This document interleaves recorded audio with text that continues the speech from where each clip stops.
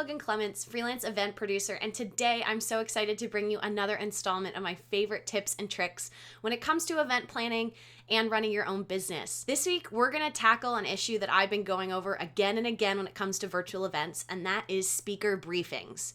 So by briefings, I mean whatever you're gonna tell your speaker ahead of your actual event. Now, with virtual events, there's a lot of overlap in what speakers should expect, similar to in-person events, both that they're preparing content, whether it's slides or just a speech. But there's also a lot of nuances to the virtual event world. And so I've noticed that there's certain call outs that you want to make with your speakers. One of the big differences I've noticed with virtual and in-person events is that we're all coming from the comfort of our homes. We're coming from our houses with our computers or our phones or our tablets. And so there's a lot more responsibility put on the speaker to make sure that they are doing everything they can on their side to make sure that they look good. And so here are some of the common cues and coaching that I will give speakers when I'm working with them during virtual events. And before we get started, please subscribe below, hit that little bell so you get the notification every single Monday when I drop a new video. Like, dislike, comment below. And without further ado, we're gonna get right back into it. One of the biggest reasons I've seen people not like virtual events or get bad attendance or a high drop-off rate are for two things. They couldn't hear you, or they couldn't see you. Video and audio are the two most important things when it comes to your virtual event and your speakers. Similar to in an in-person event, if you have really long lines for food, or maybe you run out of alcohol, or there's certain factors that no matter whatever else happened in the event, the rest of the event could have been perfect, but these two things happened, that's what people are gonna remember, and that's gonna color the entire experience. With virtual, I found it really is there problems with the audio, or is there problems with the video? Meaning, can your attendees see you? Can they hear you? And is it clear? And so this is why I spend so much time talking about all the video things to make sure you look good, and the audio is just as important. And I will say, as an event person, I have done this when I've gone to virtual events, and if there's a lot of glitches with the stream, or I really can't hear them that clearly, I'm gonna quit and go do something else. I don't need to stay. It's not like an in-person event where it's more awkward to get up and stand up and leave. You would probably just stay. When you're going through your speaker briefing, these are just really important things to hone in on, is making sure that you're setting yourself up for success with the video as well as with audio. So my first point that I want to make about speaker briefings when it comes to virtual events is how important it is for your speaker to understand the technology that you're using. Now, I've talked in other videos about different tech that you can use, the big differences between virtual and in-person events, and one of my points I love to make over and over and over again is how important rehearsals are. And this is both a rehearsal for you internally as the event team and rehearsals with your speakers. I've done events recently that do not involve speaker rehearsals, and it just makes the lift on the event day that much more important. Because unlike in-person events where you can come in and you would say, oh, there's the podium, here's the microphone, you have slides, here's a clicker, you go forward, you go backward, you're done. Go give your speech. With Zoom or with virtual events, there's a lot more buttons that they could hit. There's a lot more things they need to do.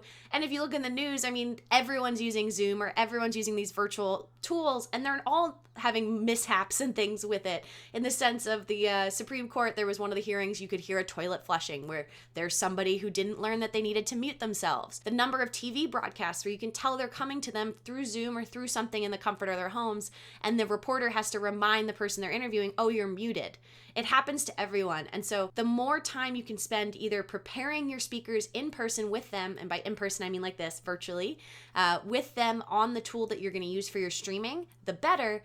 And if not, then you really need to make these really comprehensive guides so that they know everything about the technology, about how they can set themselves up for success ahead of your event. So that's where I love to say I think Zoom and all these things are like a really big clicker. It just takes more time. And I found with speakers, when I have gotten them to come in person and do a virtual rehearsal with me, we usually end up having two rehearsals.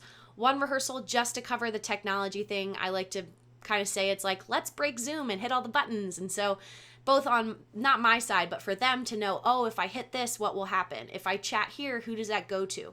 If I touch this, how do I share? What does it actually share when I hit share screen? You practice all these things so that at your actual event, it looks seamless and you don't have those awkward moments of, oh, wait, what do I push? Oh, sorry, you weren't supposed to see that. Oh, this. The more seamless you can make it, the better. So as I go through these, I am going to be tackling more of the technology presentation side of speaker briefings. There is a whole nother one you can do about content, but today we're going to be tackling more just the technical thing. My first point would be video. So you're looking at my video right now. I would be, if I was coaching myself in this, I would want to make sure you have a strong Wi-Fi connection. If it's hard lined in, that's the best for virtual events because Wi-Fi can sometimes have glitches, but you want to make sure it looks high quality, high def. And normally what I will do is I'll have the speaker count to 5 or 10, both so I can test their audio a little bit, but I can also see if their video is jumping around or if it's grainy. It just helps me make sure that I can see them and it looks clear and it'll look good on camera. Now, once you've checked their connection, another thing I love to check is their placement in the frame. And so similar to like being on TV, it would look really weird if somebody was talking to you from the far side, or if somebody was like really slouched down, or if somebody's really close to the camera. So you want to make sure we've been coaching people is to center yourself in the frame to the best of your ability, and then to try to sit up real straight so that your head is very close to the top of your video screen.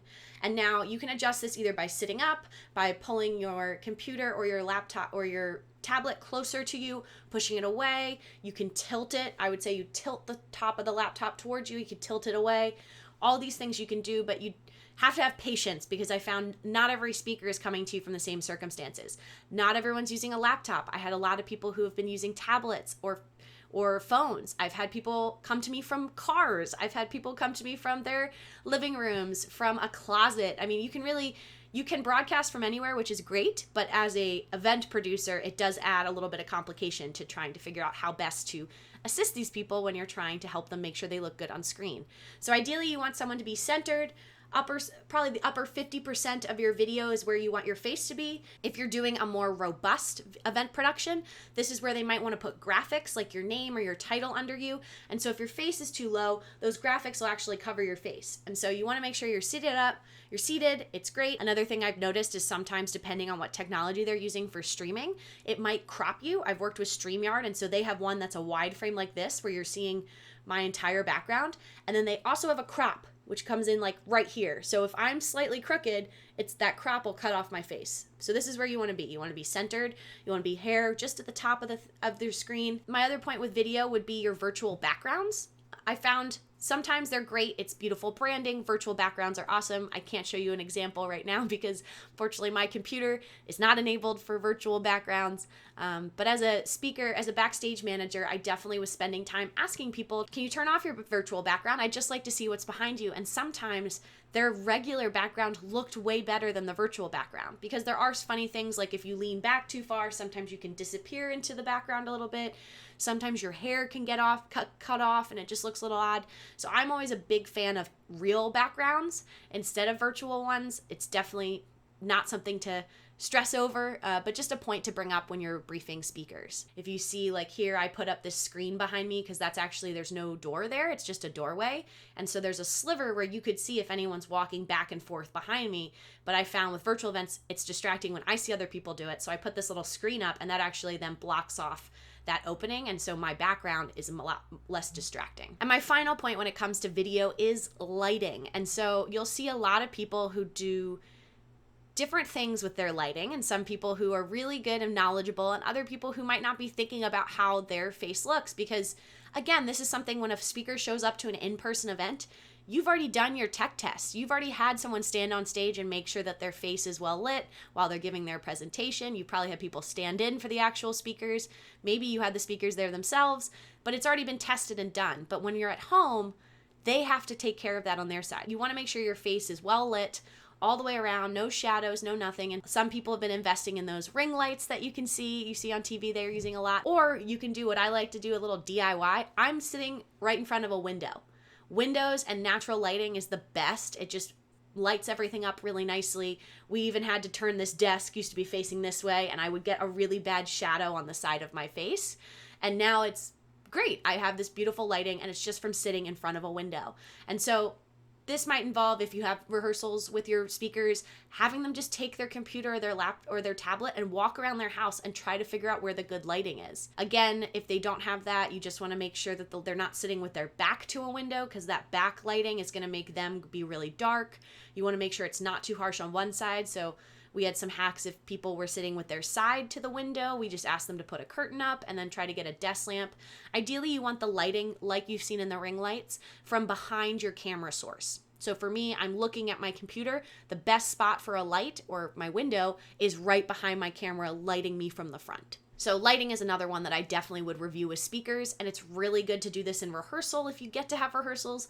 If you don't get to have rehearsals, just make sure your speakers get there earlier than you would ask for an in-person event so you have time to kind of review some of these things. And again, if they get frustrated and people don't want to show up early, I mean, just emphasize that that early call time is so that we make sure that they look really good on screen.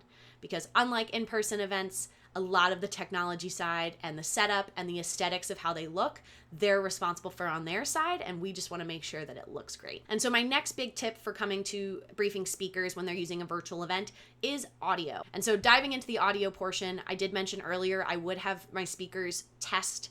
You first can make some small talk when you first see them virtually, but then get them to test their audio. You can have them sing the ABCs. I always had them count to 10 or count down to 10 or something, just so you can hear, is it clear? Is it breaking up? I would also then make sure you test the audio on their side. So say a couple things yourself and see, can they hear you clearly? And you can check to see if there's a delay. It's all connected kind of with your internet connection as well. But you want to make sure their audio is clear. Now, not just their audio when they speak is clear, but you want to make sure any of their background noise is also clear. I use a microphone now when I'm filming videos or doing video conferencing because I find it makes my voice come across a lot clearer, but also now using a bigger microphone, it picks up on a lot of more background noise. So it was really hot in here one day, so I had a fan and I could hear the fan in my microphone. So these are things when you're briefing speakers is just checking, is there background noise? Is there a dog barking? Is there construction going on around the street? Across the street, because there are adjustments you can make in Zoom, actually, if you're using Zoom, where they have a background noise suppression setting that you can change. It's right now, I think most of them are on auto, but you can always change it to high if it feels like that speaker has a lot of background noise. But really encouraging your speakers to be in a quiet place where there's limited background noise, limited distractions. These are all things that I would check when I ask a speaker to be there about 20 minutes early. You would check first with them right when they get there, double check, make sure everything looks good. Then you could go check on some other speakers, similar to how you would an in-person event. You're going to green room or checking in with each person. But then I do encourage you to go back and double, triple check with them right before they're about to speak, because things change. People are sitting in a certain way and the sun's moved, or clouds have come over, or there's a dog in the background now, or anything could happen. So it's just good to triple check to make sure it all looks good before you send them live out to everybody else. And then my last point when it comes to speaker briefings when in virtual events is really talking through the cues and talking through the technical functions of whatever virtual streaming platform that you're using. I've been using Zoom a lot, and there's a lot of people that I've been working with then who are very familiar with Zoom, but they might be familiar in the way that they have been set up and just talking with friends and family. So your production setup might be a little bit different.